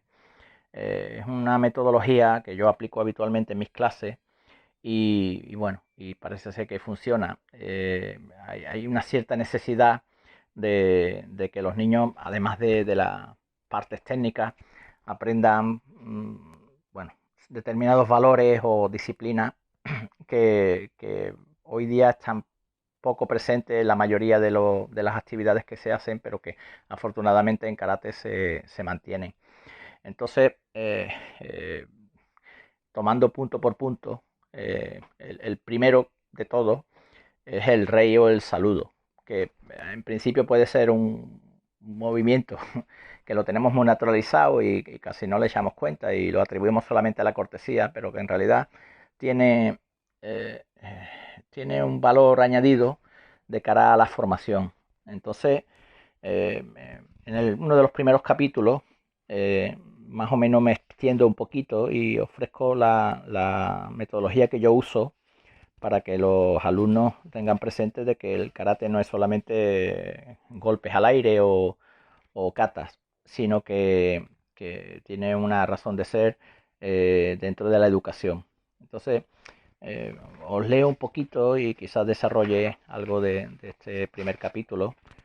Y supongo que todo lo hacemos, pero lo que hago es dar luz simplemente a aquello que está en nosotros constantemente y que la mayoría de la literatura que se escribe sobre artes marciales y específicamente en karate no se tiene muy en cuenta. Al menos yo no he encontrado nada en español. No sé si en otro idioma quizás haya. Entonces, bueno, os leo un poquito y así se desarrolla el tema. Bueno, en karate existen una serie de elementos que van más allá de lo técnico o lo estratégico y que tienen que ver con la formación a nivel global del estudiante. A veces no se ponen en valor estos aspectos que son realmente los que diferencian las artes marciales de otras actividades físicas o deportivas. El maestro Funakoshi nos plantea una serie de máximas o preceptos sobre karate. La primera máxima, curiosamente, no tiene una relación directa con las técnicas de lucha ni estrategias de combate. Más bien nos orienta sobre el comportamiento a seguir de cualquier practicante. Si preguntamos a cualquier persona qué es karate, más o menos las respuestas son generales. Un arte marcial, un deporte, incluso se suele contestar que también una filosofía, ¿no? Todas estas respuestas son ciertas, pero yo añadiría que en karate hay otros elementos que son menos visibles, pero igual de importantes y que sirven para formar en valores y que cobran especial relevancia en los niños. Como hemos dicho antes, este elemento es el rei o el saludo. Sabemos que el saludo es algo habitual en todas las culturas y tradiciones, que es una forma de cortesía hacia los demás, una manera de socializar. Pero ¿por qué saludamos en karate? ¿Por qué saludamos en los katas si es un trabajo individual? Es obvio que el saludo forma parte del karate en su conjunto. Es tan importante que es lo primero que se enseña. Cuando un alumno llega al dojo, a veces se espera que se le enseñe pues determinadas técnicas de pierna, determinadas técnicas de puño, a saltar, a rodar, etcétera, etcétera. Pero sin embargo, lo primero que se topa es que se le enseña a saludar, ¿eh? Cómo se entra y se sale de la sala, cómo comienza o termina una clase, cómo empieza o termina cualquier ejercicio individual o con un compañero, que siempre saludando. Si observamos otros sistemas, cuando se entrena de forma individual, el saludo no está presente. Sin duda es uno de los elementos que caracterizan a los artistas marciales y que nos diferencian en positivo. El significado del saludo en las katas refleja también compromiso, respeto y agradecimiento. No es solo un gesto dentro del kata vacío secundario. Es decir, el kata a veces se interpreta de que empieza a partir del primer movimiento y no es cierto. A partir de que nos centramos, saludamos, ya la kata ha comenzado. Esto hay que tenerlo en cuenta. A través del saludo podemos expresar diferentes intenciones, tales como la imparcialidad, el estado de ánimo adecuado o dominio de la situación. El saludo marcial es el más habitual cuando se va a iniciar una kata y el de cortesía y agradecimiento suele usarse al final. Nosotros en el dojo trabajamos esta idea. Primero un saludo marcial, hacemos la kata, trabajamos la kata y luego al final, una vez que se ha hecho el trabajo, se saluda en forma de cortesía o de agradecimiento si alguien te está viendo, ¿no? Dentro de la formación del estudiante, sobre todo los niños, el saludo debe enfocarse como un gesto de agradecimiento. Muy importante esto. Hoy día en la sociedad se agradece poco, casi todo esperamos que nos lo merecemos, ¿no? Porque sí. Y no tenemos en cuenta que a lo mejor los demás están haciendo un esfuerzo por nosotros para que aprendamos y no se suele agradecer. Sin embargo, cuando un maestro se dirige al alumno y le corrige, casi siempre se saluda. Es decir, lo normal es que se salude en forma de agradecimiento, ¿no? Entonces, lo que hacemos es saludar al compañero que nos va a ayudar a progresar, saludamos al sensei que nos da un esfuerzo, su esfuerzo y su conocimiento, se saluda al entrar y salir del tatami en señal de respeto hacia el espacio común. Es importante esta parte porque solo es más difícil que aprender en grupo. Entonces, el saludo también crea cohesión. Es decir, cuando tú saludas a alguien y se lo agradeces, el otro a la vez pues se siente importante, ¿no? Y posiblemente quiera ponerse con nosotros. Eh, entonces, este gesto que es tan fácil de hacer y tan necesario ayuda al practicante a saber diferenciar que las artes marciales se trabaja en valores y no es solo una actividad física enfocada a logros externos. Bueno, aquí cobra relevancia lo que Gishin Funakoshi expresa en su primera máxima, que es karate, empieza y termina con saludo. Bueno, sin duda, a través de la comprensión del saludo se llega al respeto. No es saludar de forma vacía, sino nos centramos, miramos al compañero y le hacemos ver que realmente le estamos agradeciendo lo que nos aporta. Si tuviéramos que nombrar qué cualidades o valores sociales aporta Rei a los estudiantes, yo nombraría especialmente 5. El respeto hacia los demás, a la tradición y hacia el lugar de práctica. El segundo sería el sentido de agradecimiento. El tercero, la cortesía. El cuarto, la empatía. Y el quinto, el refinamiento. En otro plano, más allá del significado social que tiene un saludo en los diferentes ámbitos, en karate no deja de ser una técnica más, pero en un sentido interno. Obviamente no es una técnica marcial. Se usa el saludo para conectarse con la práctica. Digamos que es el primer movimiento que nos sitúa dentro del ambiente marcial. Pararnos, observar, mirarnos, conectarnos y luego saludar es una terapia. Es traernos al presente para realizar cualquier actividad. De ahí la importancia que se tenga diferentes tipos de saludo. No solo el saludo al aire, no solo el saludo al shomen, sino bueno, hay una serie de rituales que son necesarios para entrar en el ambiente, si no queda todo como demasiado frío. El gesto, no obstante, debe ser preciso y sincero. No se trata de inclinar el tronco a unos determinados grados. El espectador que observe a un karateka saludando debe sentir el dominio que tiene de sí mismo y del entorno. Si empezamos una kata o cualquier ejercicio sin saludar, sabemos que los practicantes habituales de artes marciales notamos que hay un vacío, ni qué decir al entrar o salir de la sala sin saludar. Está tan naturalizado dentro del mundo del karate que se toma como una falta de respeto no hacerlo, o de un bajo nivel como budoka. O sea, nadie entra en ningún sitio de práctica sin saludar. Eso está súper naturalizado, ¿no? Entonces, se suele ser mucho más crítico con la falta de cortesía que con el nivel técnico del practicante. Bueno, esto es fácil de entender, ya que la técnica más o menos correcta depende de factores que a veces no podemos dominar por falta de cualidades, capacidades físicas puntuales, etcétera, etcétera, ¿no? Pero no saludar correctamente indica una cierta dejadez personal y una falta de compromiso con la tradición. Pero también debe indicar al respecto que no por saludar correctamente y según las normas establecidas se es mejor budoka. El saludo debe ser natural y la persona hacia la cual va dirigida debe denotar cercanía, respeto y cortesía. Esto en cuanto al saludo social. Con respecto al marcial, el oponente debe de sentir dominio y marcialidad, que no significa una sobreactuación del gesto. A veces se exagera demasiado el gesto o bien en brusquedad o bien en sumisión. Debemos tener el rei naturalizado, ya que esa es una buena señal del nivel que hemos alcanzado.